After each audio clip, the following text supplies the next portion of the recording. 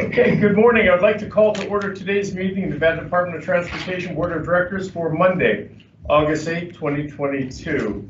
Could I ask the clerk to take the record, the roll call, please? Governor Steve Sisolak. Here. Lieutenant Governor Lisa Cano Burkhead. Here. Controller Catherine Byrne. Here. Member Virginia Valentine. Member Stephen Esquaga. Here. Member Justin Calv. Here. Member Gary Perea. Here. Governor Young. Thank you very much. I'll move on to item number 2, public comment. This is the first time set aside for public comment. Anyone wishing to address the board on any item on today's agenda, items that are on the agenda, please step forward and identify yourself for the record, and comments will be limited to 3 minutes. Do we have any public comment in Las Vegas? Okay, do we have any public comment in Carson City? No, Governor. Do we have any written or telephonic public comment? We do not. Okay, we'll close public comment and move on to item number 3, director's report. Good morning, members of the board. As my report gets pulled out, I will get started. All right, first up, as I always do, traffic safety. We've not yet received the state's fatality report and be prepared for today's meeting, so I'm going to talk about one of our top contributors to traffic fatalities that we've been talking about for years now, impaired driving. As you know, traffic crashes are a significant public health risk, and there are nationally 35,000 to 38,000 traffic fatalities annually, including vehicle occupants, pedestrian, bicyclists, motorcyclists, as well as scooter, moped, and ATV riders. And so with all of us sharing our roadways, we need to stay informed and aware of our surroundings and also the contributing factors. The next slide shows a chart that depicts what we know from the data collected since 2016. And I should highlight, you can't manage what you don't measure. And so we're measuring and we're learning on this. And so that's why I'm sharing the information. This shows data from 2016. And it shows that impairing substances are present in roughly 55% of all fatal crashes in Nevada. And it measures an operator. An operator is in control of their own movements. And I should note that that means they're really looking at drivers, pedestrians, bicyclists, impairment of any of those, because of course impairment impacts the decisions of all of us. As you can see, there was a slight dip in 2018, but fatal crashes involving impaired persons has increased over this time period and accelerated since the pandemic began. In 2020, we had 333 fatalities involving impaired drivers, and in 2021, we had 384, an increase in 1 year of over 19%. So if we start looking at the substances involved in these impairments, I'm gonna go briefly over what you're seeing on the chart, because that's a bit of an eye chart with all kinds of different colors. I'm gonna go just in the far year on the left in 2016, so they're all in groupings. So the farthest left color, that blue, is crashes where the operator had a blood alcohol content of 0.08 or more above and no other impairing substances. The light orange to the right of that is marijuana only. So the first on the left is alcohol only, second is marijuana only. The dark blue in the middle, other drug, represents other non-marijuana drugs, and just one drug. Polysubstance, the dark orange, next to the middle there, that's one of the tallest across all of them almost, is any combination of drugs and alcohol excluding marijuana, and the one on the farthest right in the teal is polysubstance including marijuana, so it's marijuana and something. So the reported numbers show occurrences involving prohibited substances or impairing substances, I should say, because they're not all prohibited, but impairing substances generally increased in the last 6 years. When looking at just 2020 and 2021, the substance with the highest increase was alcohol. Second was other drug, increase of 23%. Polysubstance at almost 12, followed by any marijuana at over 10. But marijuana by itself increased the least. So one of the things that we're looking at is while marijuana has by itself has been pretty steady, the increase in any marijuana is suggesting that more people are mixing the use of marijuana with other substances, and we're seeing that impact on our roads. Although there may be some substances that are on the rise in substance-involved incidents, impairment recognition includes recognition of a broad spectrum of impairment. So these increases show we need to be vigilant and continue working with our partners to help the battle against impaired driving. And I want to thank Governor for proposing raises for the NSP officers that will help with recruitment and retention. I often talk in these meetings about our role as engineering, on the network. And in this case, this is really a role of education and enforcement. And so the more we can enforce and the more we can educate about the impact, the better we're going to be in this space. So just wanted to talk a little bit about this because I think there's a lot of misinformation on that, or not a lack of understanding of what's going on. So, all right.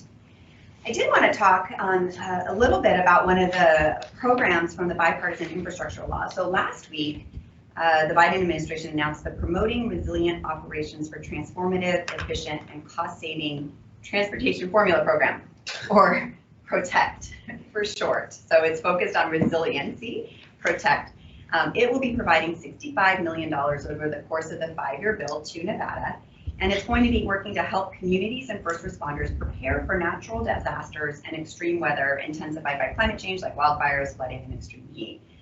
And so while the program was only announced last week, I'm actually proud to say that at NDOT, we've already started working on a resilience program. Actually, in the last couple of years, we started our a resilience study to really look towards where are our most vulnerable assets and what do we need to do to make sure to prioritize the investment in those assets. Many of you may recall in 2017 when we lost the I-15 bridge over the Virgin River. We don't want that to happen again. So we want to make sure that we're providing proper resources to our infrastructure.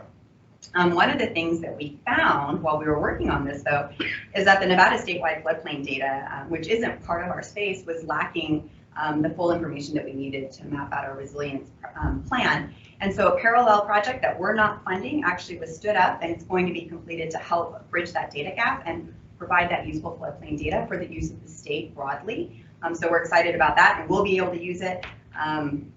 And then once we have that, we will have a prioritized list of the critical system and assets and vulnerabilities within our system so we can prioritize and be better prepared to apply for grant programming, which will be on top of that $65 million. So we're really working to make sure that we're investing in our system and making sure that it can survive the weather that we've had and the fires that we've had, because we know that that's just going to continue to increase moving forward. All right, couple project updates. 515 VIADUCT. We are on pace, as I said last month, for substantial completion. It says here by Labor Day, for sure before our next board meeting. So we're very excited. It is months ahead of schedule, and we know that it's impacted travel times for Southern Nevadans, so we thank everyone for their patience. Crews took down, during the time of this project, we took down and rebuilt the bridges over Eastern and Desert Inn, both of which were structurally deficient bridges. So we're replacing those will help our bridge rating. We're already best in the nation. Those will just help. And we also rehabilitated the elevated freeway structures, some of which are already 50 to 60 years old, to make them safe in the event of an extreme seismic event. And we will, public will know when we have the final completion date, but it should be before our next board meeting. I-15 Charleston interchange. This project is just getting started. They broke ground on August 1st. We awarded it in March to Granite Construction. We will be widening and reconstructing the Charleston Boulevard between Honolulu and Sacramento, including widening and improving the sidewalks and the lightings for the pedestrians in the neighborhood and having neighborhood-specific landscaping. We'll also be constructing auxiliary lanes in both directions between Eastern and Charleston, which will help with the weaving that you experience right there in those short weaves. So we're excited about that. The project is expected to reduce delays around the Charleston curve, reduce crashes due to the merging. Project is expected to last 460 days with anticipated completion by spring 2024. Two more projects real quick. I-15 Tropicana. You're already starting to see the construction work and the impacts of construction on the project. I'm probably going to provide throughout this project pretty frequent updates so everybody knows what's going on. The first phase includes, as I've mentioned before, the installation of 10 new automated traffic management signs, those giant gantries that go over the road and manage the lanes between Tropicana and Warm Springs. We're really looking forward to those being able to be used during construction to help manage delays as well as lane closures. That installation will require the full closure of the northbound and southbound HOV lanes of I-15 between Tropicana and Warm Springs.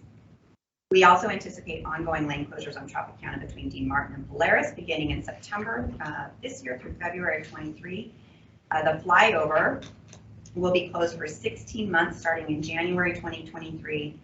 The north half of Tropicana, we're anticipating demolition of that in early 2023 through fall. So we are working, project is actively coordinating. They meet with local agencies as well as are really talking with the stakeholders in the corridor about all of the events that are coming. There's a lot of really exciting events coming during the construction of this bridge. So we're working closely, having weekly meetings to make sure that everybody's on the same page. In addition, this week we launched the new mobile app available on Apple and Android devices, where users can sign up for traffic alerts, look at restrictions in the area, check progress, and explore pictures and videos. Just search for I-15 Trop in the App Store or the Google Play Store. I wanted to thank Governor Sisolak and board members Stephen Esquaga and Controller Catherine Byrne, as well as RTC Washoe Executive Director Bill Thomas, and many other local leaders and stakeholders for taking the time to tour our Spaghetti Bowl project last month in Reno. The project team members were also there. You can see many of them in our vests to present the project progress. One of the tour highlights was the new graded ramp that will carry 2nd Street traffic entering south on I-580 over the Mill Street off ramp, really improving the safety there and addressing the problems we have with the weaves. The Reno Spark Spaghetti Bowl is the busiest interchange in northern Nevada, and the population has more than tripled since it was first built. When it was first constructed, about 90,000 vehicles traveled through the bowl daily. By 2015, there were roughly 260,000, and growth has just continued, and so we knew that we needed to address it. It's a 5-phase project anticipated to occur over 2 decades. This is just the first phase. It was approved by the board in 2019, and we are on track to complete the project 1 year ahead of the originally anticipated schedule, but on schedule with what the board approved. This will not only reduce construction inflation costs, but also help reduce the more than $1 million in societal costs we estimate due to all of the traffic crashes that have been occurring in those weeks. So we're excited. Project is on schedule to be completed later this year. And then lastly, contributions to the workforce on this board packet this month. There are 141 job years. So after this will be close to 8750. So we're excited to be able to continue to have a program that supports economic development and workers in the state of Nevada. And that concludes my report. Thank you very much, Director. Do we have any questions of the Director on the report in Southern Nevada? Do we have any questions up north? Hearing none, seeing no raise of a hand. Let's move on to the consent agenda, which are items 4 through number 11. Do we have any one wish to take anything separate on the consent agenda? Governor, I'd like to talk about item number 7. Okay. Well, then do I have a motion to approve the consent agenda items 4, 5, 6, 8, 9, 10, and 11? We have motion on the floor. Any discussion? And seeing none, all in favor signify by saying aye. Aye. Aye. Aye. Any opposed? Motion passes. Okay, item number 7. Agreement 398-18-067. Yes, this agreement is an amendment to an existing agreement as we work to develop our GIS system to include all of our right-of-way information. Initially, when we went into the project, we were looking at, I gotta pull up my notes so I get the right information and don't misspeak. We were looking at primarily the boundaries and the ownership, just property lines and ownerships. But as we've gone through it, we've identified we need additional layers to include surplus properties, licenses and leases. We have many licenses and leases with adjacent property owners, maintenance stations and rest areas. So this is an amendment to include that information into the GIS system. Thank you. Thank you, Director. Any further questions? Go ahead. Yes. Specifically, it's about civics and the procurement process. So was this, since it's the 4th Amendment, how was this originally procured? And did that start in 2021? Or were we dealing with this particular vendor under a different name for longer than that? All right, for that, I'm going to need to defer either to Darren or to Craig if they have that information, but I don't know that they have that information right up front, and I will dig and see if I can find it in the packet. Okay. What I'm concerned with is your satisfaction with the vendor. And I am interested in how long we have been working with this particular vendor on the right of way. So thank you. That's it. Thank you. So the first amendment was due to changing their name from GCR to MB3 DDA Civics. So the first amendment was a name change. The second was a change to the deliverables due each month. The third was a change in a correction in the attachments, and then this is the first monetary change. So there's been minor changes in the previous three just to correct and make sure that we're all on the same page with the right vendor and the right name, and then this one is the first amendment in scope. All right. Thank you, Director. Okay. Do we have a motion on this item, number 7? Motion to approve? We have motion approved item number 7. Any discussion? Hearing seeing none, all in favor signify by saying aye. Aye. Any opposed? Motion passes. Item number 12, receive information to draft fiscal year annual work program and STIP. Members of the board, we have Sandra Rosenberg, Assistant Director of Planning, to do a presentation on the annual work program and STIP.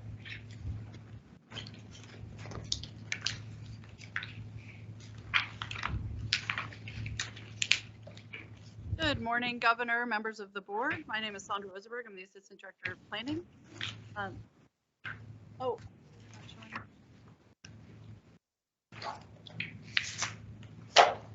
You guys see the presentation down in Southern? We cannot.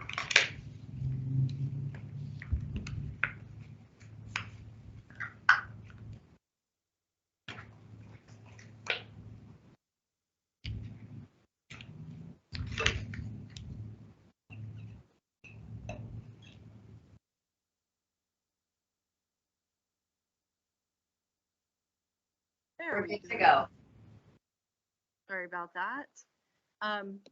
As we do annually, we are preparing our work program and statewide transportation improvement program update.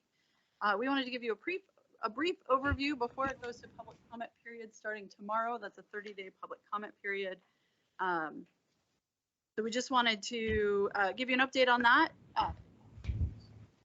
As a brief reminder, the One Nevada Transportation Plan was adopted in 2018 and identified 6 goal areas for our transportation network.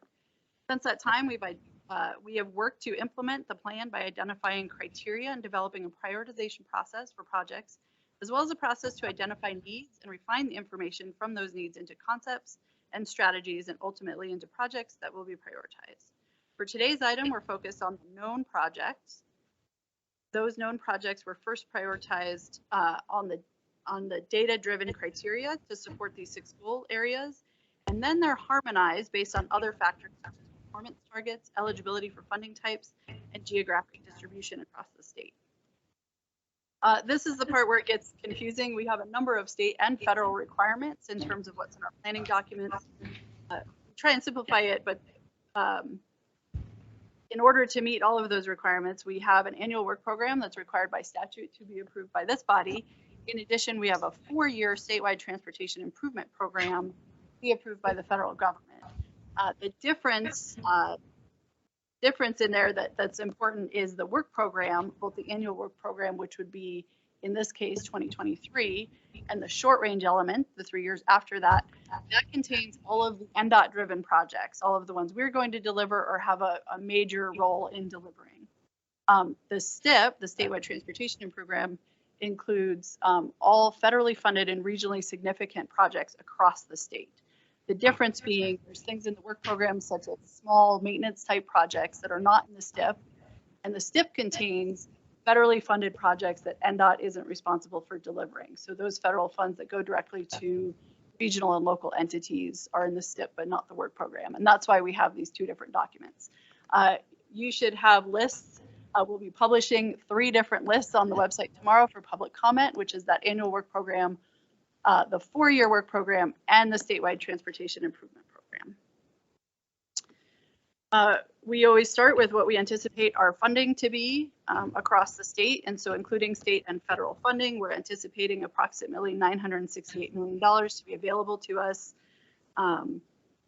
across the state for federal fiscal year 2023. Those numbers do fluctuate a little bit. Some of the changes for this upcoming year is slightly higher because of some federal funds in the new bill that are not yet well defined or available. We're still waiting on some guidance on some of the new programs. It's important to note that in that total amount, that includes funds that are allocated directly to the metropolitan planning organizations or other entities. And here are the numbers in front of you. So Clark, Washoe, TPO, and Campo, primarily Clark and Washoe, do receive certain required suballocations. In addition, the Congestion Management and Air Quality Program, also known as CMAQ, that's technically a state fund, but because there's only 2 counties that are eligible for that funding, that being Washoe and Clark, we have decided to suballocate that money to them. So the numbers I'm going to get into in the next few slides do not include this approximately $100 million that is allocated federally to the local entities, and that is because NDOT is not responsible for delivering those projects. So they'll show up in the SIP, but not in the so this is the challenge we have in front of us. 80% of our state maintained system is outside of Washoe and Clark, but as you know, the majority of the population and miles driven are in those counties. So we have to do a bit of a balancing act because we do have requirements in terms of maintaining the interstate and national highway system. But we also understand that the biggest need is in those urban areas. Here's our proposed work program. This includes the 4-year list of projects that NDOT plans on delivering. The overall distribution, we did this year for the first time break out preservation versus not preservation because the majority of the work in the outside of the major metropolitan areas is in preservation. If it's not preservation, that other 17%, it's typically safety related or possibly transit. We run a rural transit program. The other thing to note is, again, not included in these is that $100 million that's directly allocated.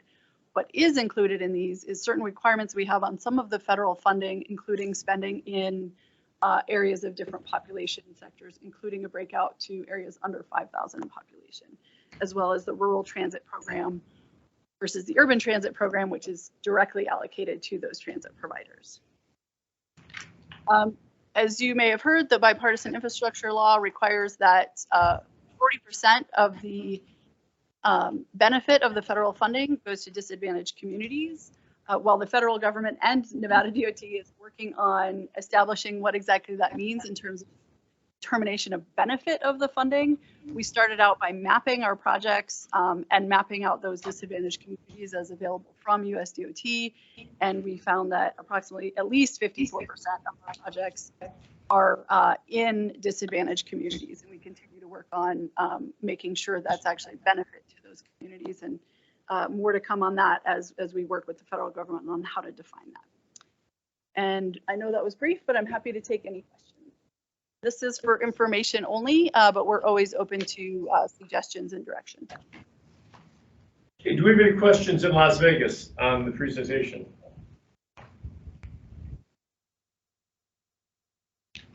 Do we have any questions in Carson City?